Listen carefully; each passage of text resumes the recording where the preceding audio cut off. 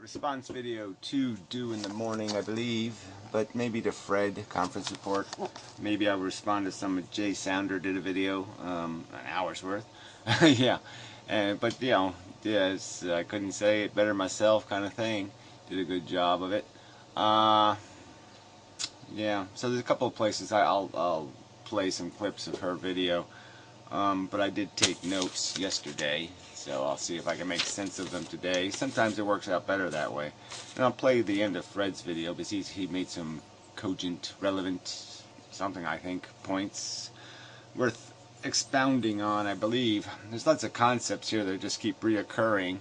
This whole idea that the philosophy is just a psychology argument. And that always works both ways. I mean, as soon as you accuse somebody of being pessimistic, they could just point their finger at you and say, optimist. And just because you think, for no good reason, that fundamentally it's better to be an optimist, which is kind of silly on its face, it's better how? What have optimists done for the world? Oh yeah, that's right. They keep getting us into huge messes. But anyway, you know, I'm not going to get lost in that. So first she made the argument that Dawkins has somehow retracted the selfish gene. And again, he hasn't retracted it. He hasn't really said he wouldn't have called the book that. He thinks it's unfortunate that people have misinterpreted the title, but the title did work. It did do what it was supposed to do, which was make people think. And it was supposed to grab them. And it did, and he was exploiting that, and he knows it, and so he's not going to sit there and say, oh, no, I retract it. He just didn't like that people were associating selfishness in the organism with the idea that the gene pieces themselves, the nuggets that are doing the real fighting, we're just the expression. We're like the hologram created by what the real thing is doing. And it's the DNA molecule and its components that are doing the real fighting, and the selfish, you know, retain their existence. They're fighting for their life, so to speak, the pieces of DNA code. And that there is it is, to look at the DNA is to understand why speciesisms exist, why racism exists, why those kind of things exist, can be understood better by understanding ourselves as pieces of DNA. And that every one of those pieces, most of those pieces, are common to familiar organisms. And that network of organisms that contain that piece of genetic code have a collective interest. Even though they could be very dissimilar in their final manifestation, 50% of their DNA code needs that entire branch of the evolutionary tree, or that code doesn't exist. And so there is gang warfare on all kinds of levels, you know, reptile against amphibian kind of, you know, in that kind of way. Whole networks of DNA are in competition with each other. But anyway, don't want to redo Dawkins, but I mean, yeah, you can spend a lot of time just talking about what is meant by the selfish gene, and that there is sort of an important word. And that, yeah, everybody runs from this word, but there is no other. We can keep talking about altruism, but no, unless you are emotionally invested in what you are saying or thinking, your altruism, you won't perform it. You have to become personally emotionally invested in it. You have to think. You have to love right before you can do right. And that's just a practical reality. That somehow you do have to see, you have to personally connect to it. You have to love the principle to act on the principle. You have to love principle in general. So it always has to be, always has to be converted into a personal interest. So it's always going to be, in that sense, selfish. So there is no real altruism. But anyway, I don't want to get into that whole argument. Provoked it, didn't I? You say this will to survive thing always comes up to that we're survival organisms. That's really not what we're doing. Just like when we're having sex, we're not reproducing. People aren't thinking procreation, they're not thinking baby making. Not any animals are, certainly not. And a lot of people don't see any real connection between sex and babies. They certainly don't want to see a connection between them, the two activities. We are being duped by nature in a lot of ways. We eat to survive, but I mean the hunger is all by itself. It doesn't need any context of this will make me survive if I do this activity. No, we're hungry, okay, and just like we're horny, we're not looking to survive. And so I'm going to argue that we strive to thrive. We don't strive to survive. We strive to have a good day. And generally speaking, for most people, the definition of good day isn't going to be, well, I'll rationally come to the conclusion that my life is kind of futile and pointless, and I will find some mechanism to physically cease my existence. It doesn't sound like fun. It doesn't sound like going to Disneyland. And so people don't do it. People avoid the reality. They avoid having to deal with the real consequences of existence and the fact that they are going to die and they're going to have that day sooner or later.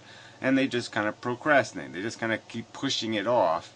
And it's going to fall on them. The brick is going to hit them in the head.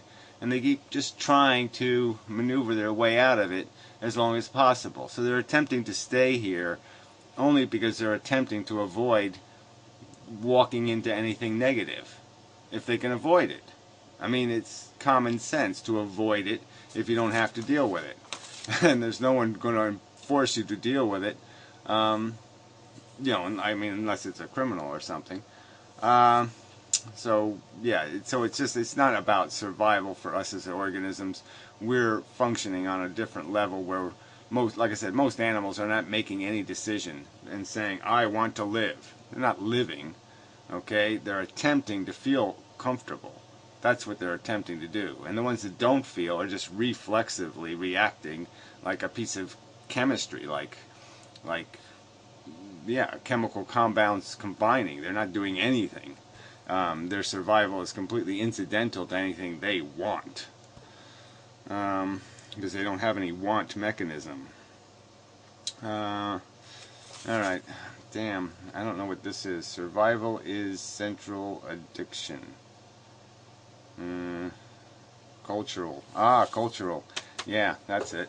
So this whole notion of attaching our interest, our thriving nature, to this idea that we must survive to be 100 years old or some other crap, and that's all it is crap in my opinion, is all imposed by culture.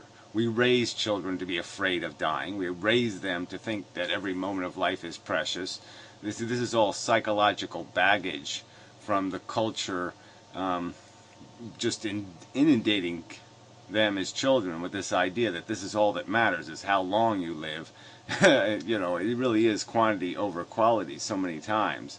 There seems to be no appreciation for the fact that you could live to be 25 years old and live a perfectly good life. There's this idea that it's somehow a tragic horror if you were to die at 25. And functionally, you could be perfectly comfortable with the idea of that being the maximum lifespan. If it was the physical maximum lifespan of the human race, I'm certain they would be quite acclimated to it. They might be saying, well, it'd be nice if we could live to 50, and they daydream about, like we daydream about living to be 200, but it would just be simple, the idea that we always are going to project for something better. We're always going to look for double everything, double stuff in our stuff. We always want our stuff doubled if we can get it doubled for free. But people could be perfectly comfortable with the idea that this is how the game's played, and we could have radical changes in the rules of the game, and we could psychologically raise humans to find that perfectly acceptable. So that's just cultural baggage. That's not some sort of has to be thing. This obsession with survival, again, that's an obsession through culture. The obsession with personal comfort is a biological function. The obsession defining personal welfare and associating it with all this other rubbish, like living as long as you can and becoming an old, falling apart, decrepit piece of shit, and somehow calling that golden years. I mean, can't you see the propaganda in that? Calling that golden years? Golden years is arthritis and loss of brain function. Yeah, I don't think so. I mean, no, I really don't think so. Um, okay, unintelligent design, not appropriate, I think. Well, of course it is. You can't, it's not just because the alternative is this explanation of God. It's accepting the reality that there's nothing in the structure of natural selection. There's no mechanism in the structure that is any glimmer of intelligence beyond something like a staircase or a cliff with rocks on it, that something would bounce down it in a certain consistent manner. If I throw a rock down it, it'll tumble in a similar manner each time. So you could argue there's a certain structure. Well, because there's structure does not imply that it has any kind of reasoned or purposeful or function. And that's the so unintelligent design is a perfectly legitimate way to describe it. It has an absence of deliberate construction, purposeful construction, functional construction. None of these basic elements of intelligence exist in natural selection. So unintelligent design is a perfectly fair description of the process. There's no logic built into it beyond the logic that would account for gravity and the attraction of materials. But beyond that, there's nothing. Or the repulsion, however you want to look at it, that's basic to chemistry. Okay, you made a whole big stink about the EFILISM thing because, and I just, that's just so bogus. I had to call it something, so I called it something. Big deal. What's the difference? I called it frog pie. There, fine. I have a word for it. I just wanted to make a distinction for you to make something out of it as if it was saying something besides just saying, here's a word that people have this fluffy cloud, sparkly rainbow, butterfly, puffy word that they've turned it into, and I'm going to turn it around and I'm going to show what life really is, and I'm going to demonstrate that this thing is not what you think it is. Okay, this is not a free ride. This isn't a trip to Disneyland. This isn't an amusement park.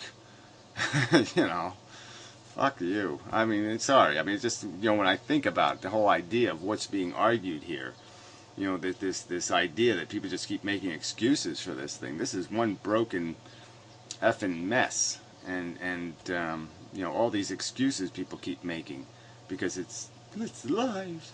Well, too bad. It's just a word itself. Purpose. Okay, so this was another big one. I'll probably play a clip that's related to this, I think. I'm not sure. It's not about the universe thinking it has purpose. It's just like anything else, though. This is a thing happening. So whether it's on purpose or not on purpose, the thought experiment is simply to say, is this experiment, if you were responsible for it, could you justify it? Could you defend it? And what justifies any risk equation is some kind of accomplishment. And that's the point being made here, is that life can serve no need. It is not, so what we're saying is there's a risk here. This is like going fast down the street.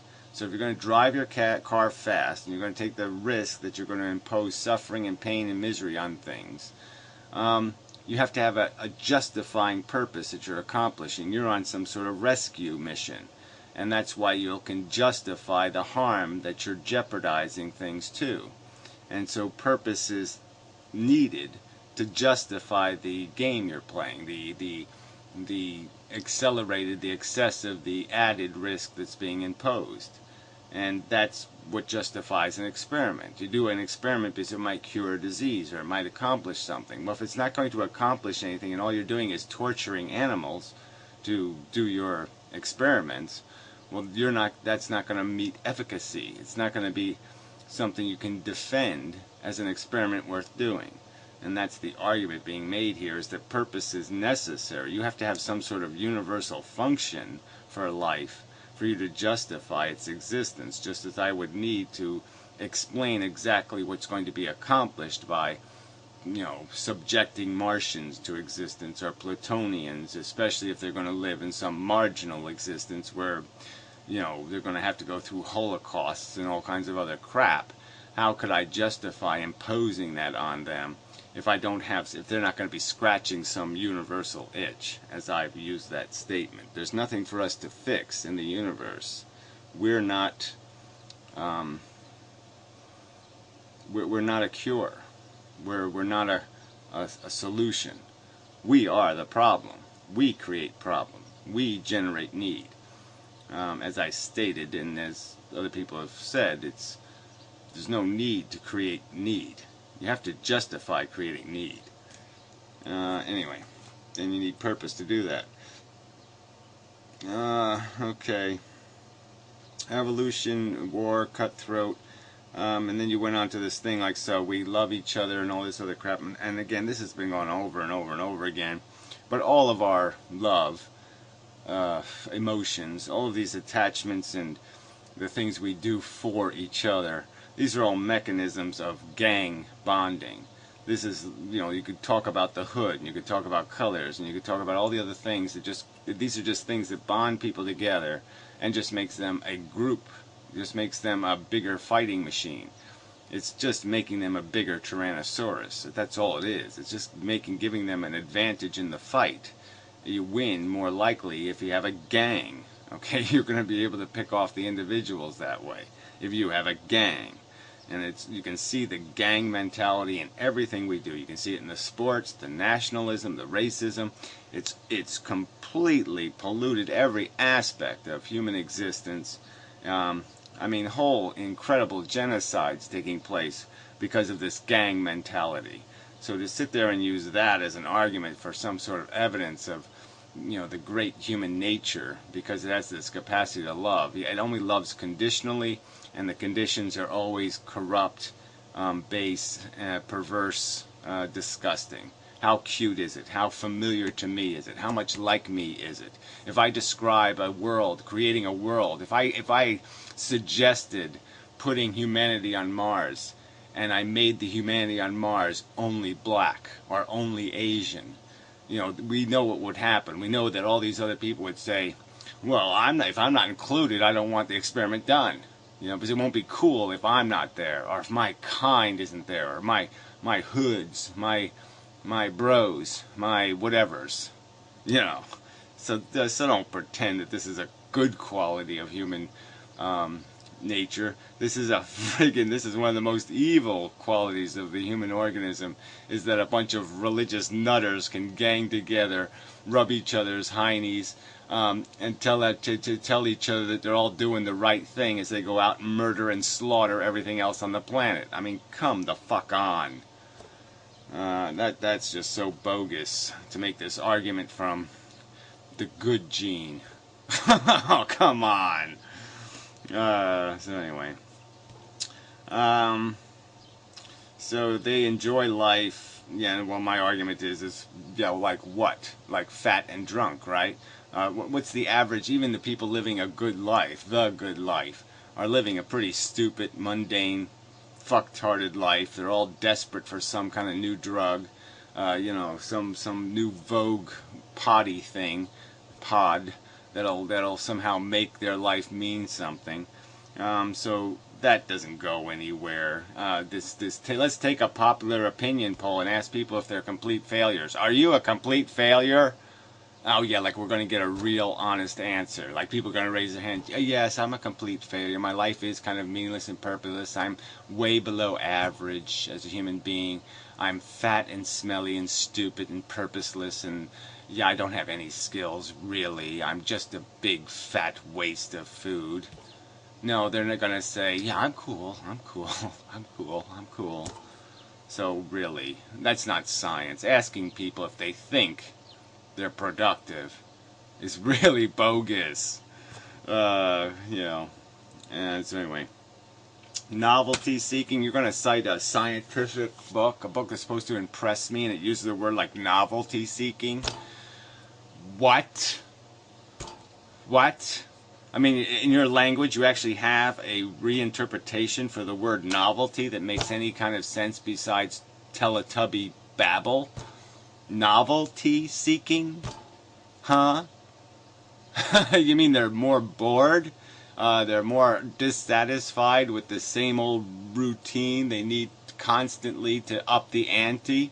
Well, yeah, there's lots of people like that. That's right. You give them $1 million and they want $10 million, and you give them $10 million and they want $1 billion. Yeah, that kind of sick, psychotic novelty seeking where, yeah, well, you give them alcohol, but that's not good enough. They need to put some ecstasy in it, and then they got to pour some this in it, and they got to pour some that in it, and they got to keep, and then they got to have it 4 or 5 of them, and then, yeah, come on. Yeah, that's the kind of novelty seeking that's going on in the human civilizations. All right, the novelty seeking is just an endless addiction. And so again, it's not a good thing. And if a scientist is going to study something called novelty seeking, I say they're not a scientist. You can't scientifically study a babble word. I mean, come on. Then you go into this whole character of the person, you know, and it's just, you're not going to go anywhere with this. There's absolutely no reason for somebody to be evolutionarily risk averse, in the sense of so risk averse that they would not live. I mean, this is obviously nature is building a machine, and it gives it intelligence. And you know, nature doesn't know that the catch of intelligence is if you give them this vocabulary thing. And just let's understand, it is just a vocabulary thing. You say in this video that we're more complex, most complex, and all this stuff. We're not necessarily the most complex.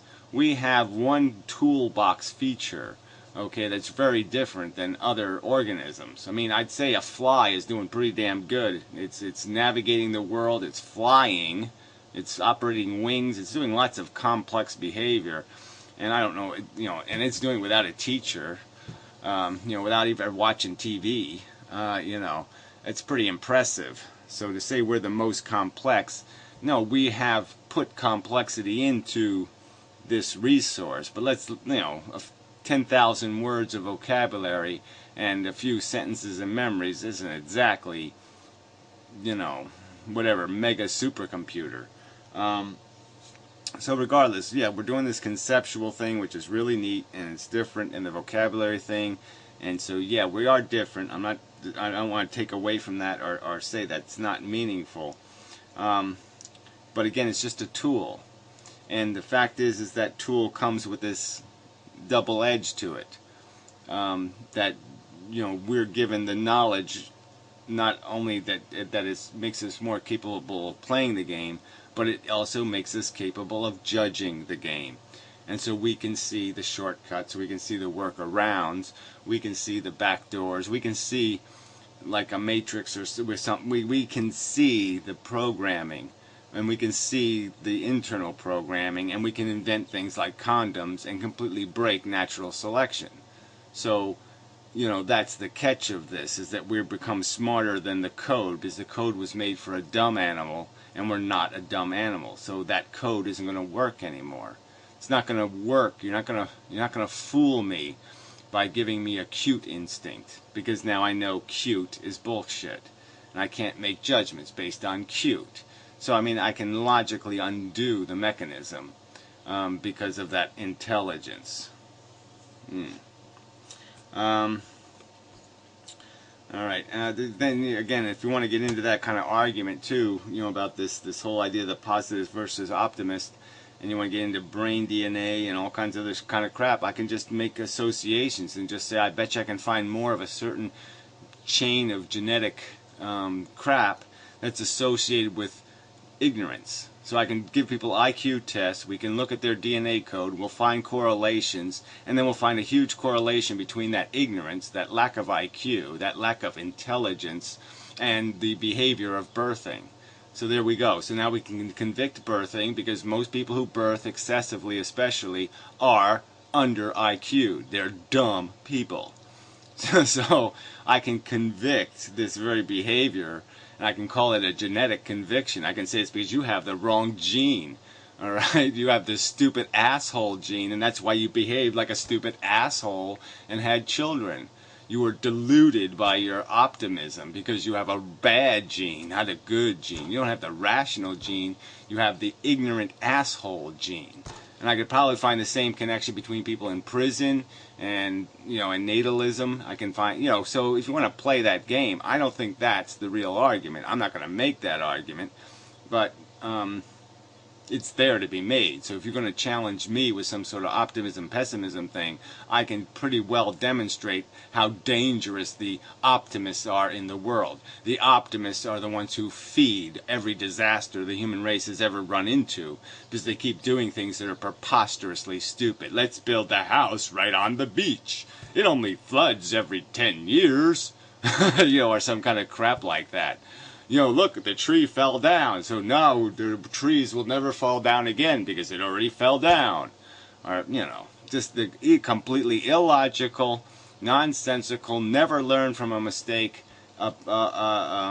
stupidity. And I could associate that with the word optimism and whatever the word you use, that silly word, novelty seeking. I can associate novelty seeking with the reckless nonsense that gets literally millions of people killed.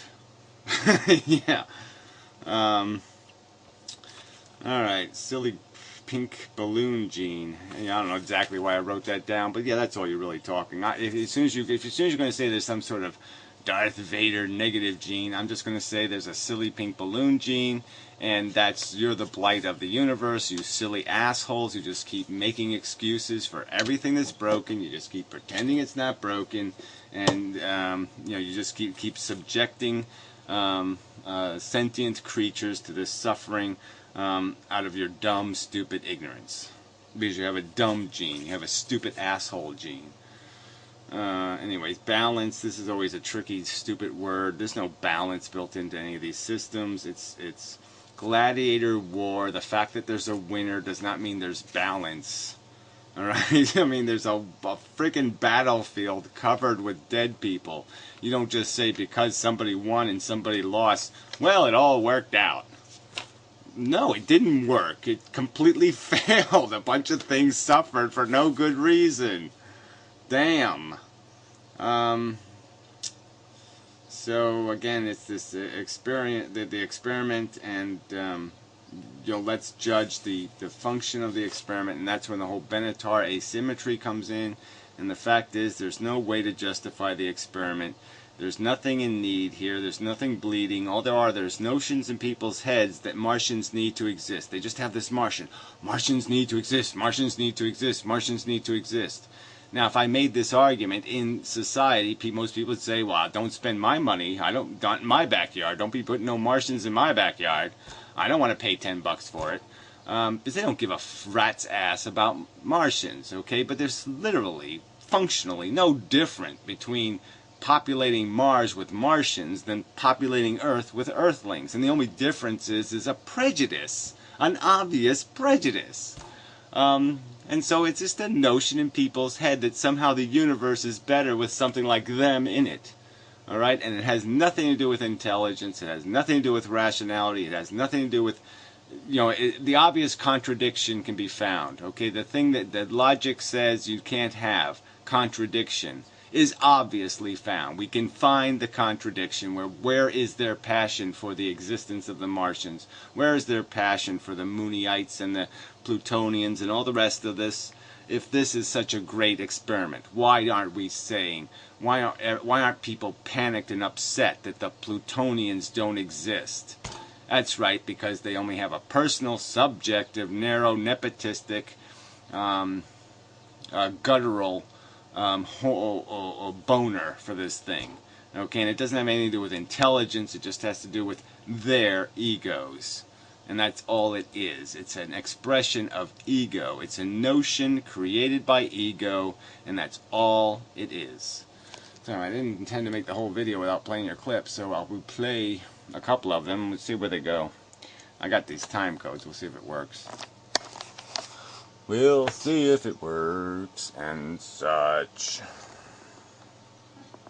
Unintelligent design is not the right phrase to use for evolution, because there is no designer, intelligent or not intelligent, and yes, mutations are a chance happening, completely random thing, but that is the chance in the title of Jacques Monod's book. But necessity, that is natural selection, that selects only mutations that have been expressed, mutations in the genetic. Right. Well, again, there's nothing intrinsically intelligent in the phrase reproduce for the sake of reproduction. So to do something for the sake of itself is not fundamentally intelligent. That is fundamentally vacant of intelligence. Self-justifying things are not justified things. So the justification, just like the intelligence, there has to be something else in the mix to say this is intelligent, this is functional, this meets the minimum standards. And all I'm saying by using the term unintelligent design is explaining that there is no fundamental functional instrument. And so if there is functionality, it's happened by some sort of dumb luck, so to speak. I mean, it has to be a dumb function, not a smart function. So it's like, you know, giving a retard a jar of paint and he somehow comes up with the David or whatever, the Mona Lisa or whatever the, you know, he comes up with something brilliant even though he had no capacity for brilliance. And that's the point here, is there's nothing intrinsic to indicate a good experiment. There's everything to indicate a bad experiment. That this is a complicated, sensitive, nuanced thing of value. This is a china shop, and the gorilla of evolution is in it. And the question is there any reason to think the gorilla of natural selection is going to be able to navigate the sentient, sensitive organism china shop without breaking an awful lot of frickin' china? And such. Alright, we get another one of these. Time goes on. Semi-interesting. And the species Homo sapiens sapiens has the most complex central nervous system and brain. And already with this brain, and because this species is social species. Well, again, see, that complexity comes with a catch. I mean, 50,000 years ago, we had exactly the same brain, and we really weren't that much better than a baboon.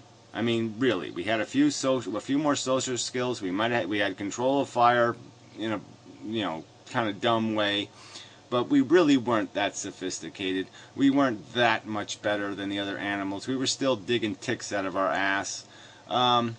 So, you know, it's all about the vocabulary. It's all about acquiring and putting knowledge on paper and being able to learn from the past, you know, learn from other people's mistakes.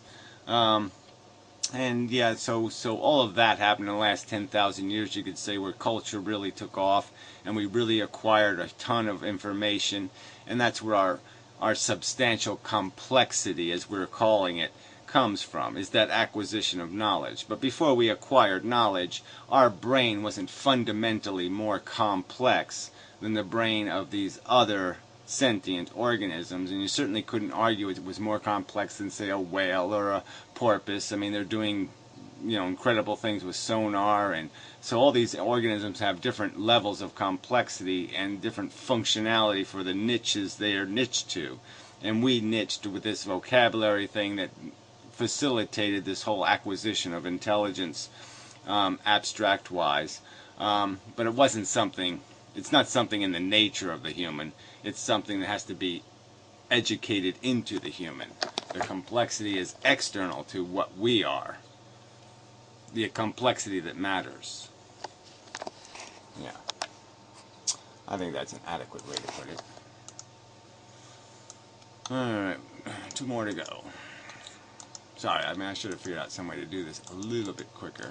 But see, I'm just pasting time codes into the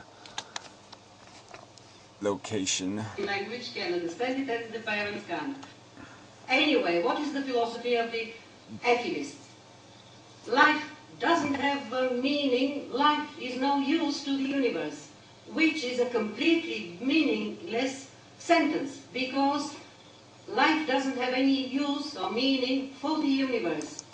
Yeah, well, again, we're back to this purpose argument. Again, nobody, EFILISM are not arguing there's no value. So again, it's not that there's not meaning in our lives, The problem is that there's meaning in this completely negative way. There's lots of messes to clean up. So there's lots of purpose now that there's a mess. The argument is, if you don't make the mess, then you don't have a mess to clean up. And clean up in some half-ass way. So yeah, that's the argument, okay, is that we're not functioning outside of the mess we create. We can fix problems we make. We can break it and then find an excuse to fix it. Alright, but that's the only way it works here. We have to first create a problem to have a problem to fix. Because the universe doesn't have a problem. There are no screaming hordes of Plutonians or the zillion Earthlings that never were. The kabillion, gazillion, zillion sperm cells that never met an egg and never turned into a human being. All those individuals aren't sitting in some horror out there screaming to be released. So there is nothing to justify. I mean, it's really just stupid. It's all just a notion in people's heads that there's an accomplishment, but there's no evidence of the actual accomplishment. There's no, if you try to describe it, if you try to put it into something real, into a real currency of some kind, you're not going to find it. Because the value isn't there. You impose life, this bad thing full of suffering, on the unborn child, which is meaningless, again, the same as the sentence, life doesn't have any use for the universe. It is meaningless because there is no somebody to impose life on. Alright, so we're back to that silly argument. I mean, I can't even believe an intelligent person would make this argument, that somehow I could make a bomb today.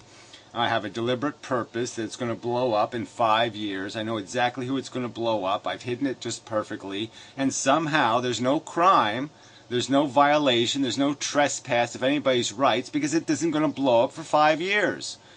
And clearly my act has it written all over it. There's every bit of intention and responsibility and accountability and all those things. I don't weasel out of those things because I put it off for 5 years.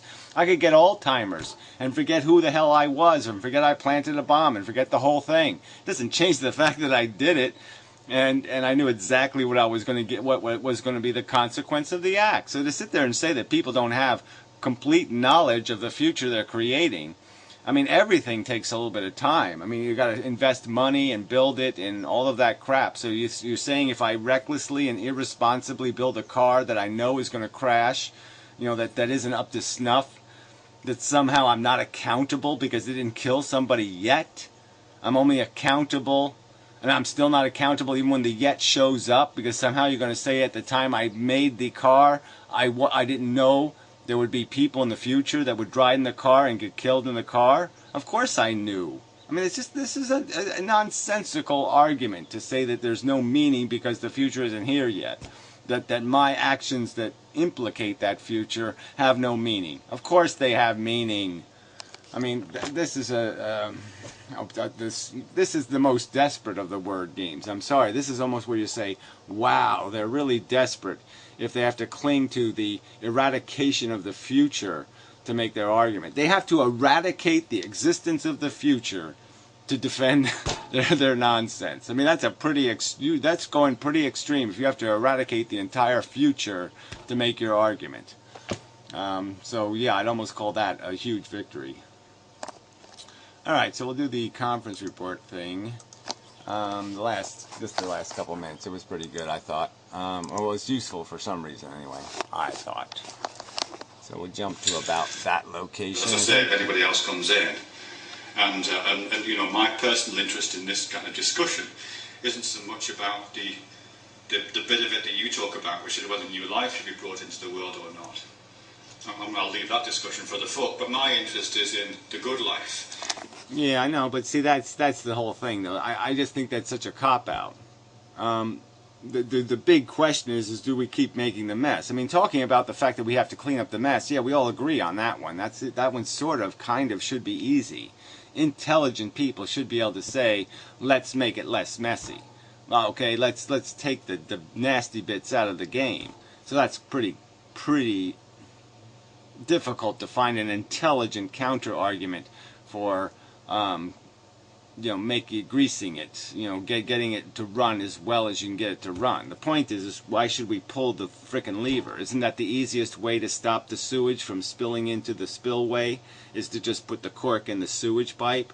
And that's the real argument here. Yeah, we can agree, let's clean up the sewage, but, I mean, come on, seriously. Isn't the simplest, easiest, most direct, most efficient thing to do is to just cork the leak in the thing? How you go about maximising the